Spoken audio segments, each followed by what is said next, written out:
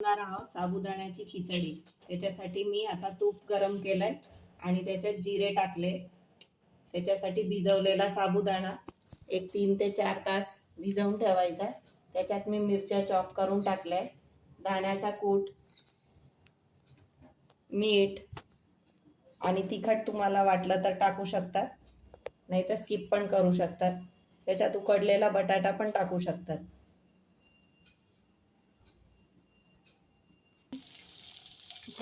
त्याच्यात मी भिजवलेला साबुदाणा एक 3 ते 4 तास भिजवलाय। जितका साबुदाणा छान भिजलेला असेल तितका छान साबुदाण्याची खिचडी होईल।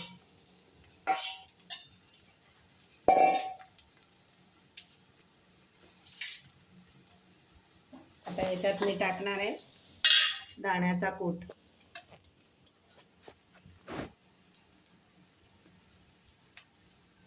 तुम्हाला जसा हवा तसा चवीनुसार टाकू शकतात।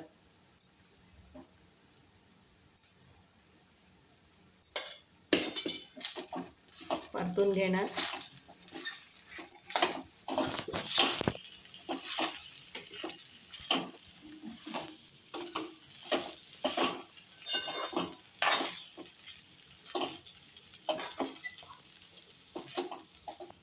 आता ह्याच्यात मीठ टाकणार आहे मी आणि हलवून घेणार।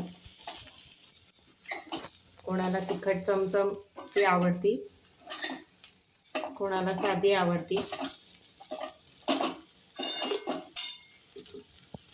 तर आपण ह्याच्यात तिखट टाकणार आहोत चवीनुसार। परतून घेणार परत।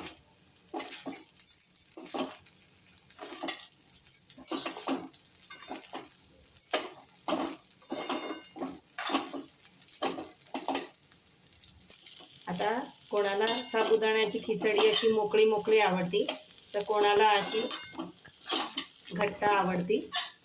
तर आता मी याच्यामध्ये सिक्रेट इन्ग्रेडियंट्स सांगणार आहे। याच्यामध्ये मी आता थोडंसं दूध टाकणार। सगळे पाण्याचा शिपका मारतात, पण पाण्याचा शिपका मारल्यामुळे ना चव हे होऊन जाते, चांगला नाही लागत। दुधाचा शिपका मारला की खूप छान होती। तुम्ही ट्राय करून पहा नक्की आणि मला कमेंटमध्ये सांगा।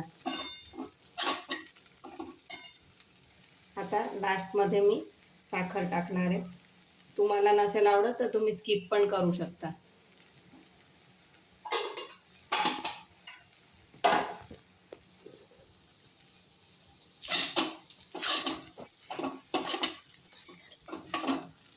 आता लास्टमध्ये आपण कोथिंबीर टाकणार आहोत, भरपूर कोथिंबीर। तुम्ही उपवासात जर नसेल खात कोथिंबीर तर तुम्ही स्किप पण करू शकता। हलवून घेऊ। तुम्ही बघू शकता आधी कशी सुट्टी सुट्टी होती खिचडी, आता ते दूध टाकल्यामुळे अशी गोळा छान झाली आहे। माझ्या मुलींना अशी आवडती म्हणून मी अशी बनवली। तुम्हाला पाहिजे तर तुम्ही दूध नका टाकू। झाली आता आपली खिचडी तयार। झाली आपली खिचडी रेडी। प्लीज माझ्या चॅनलला लाईक, शेअर आणि सबस्क्राईब करा।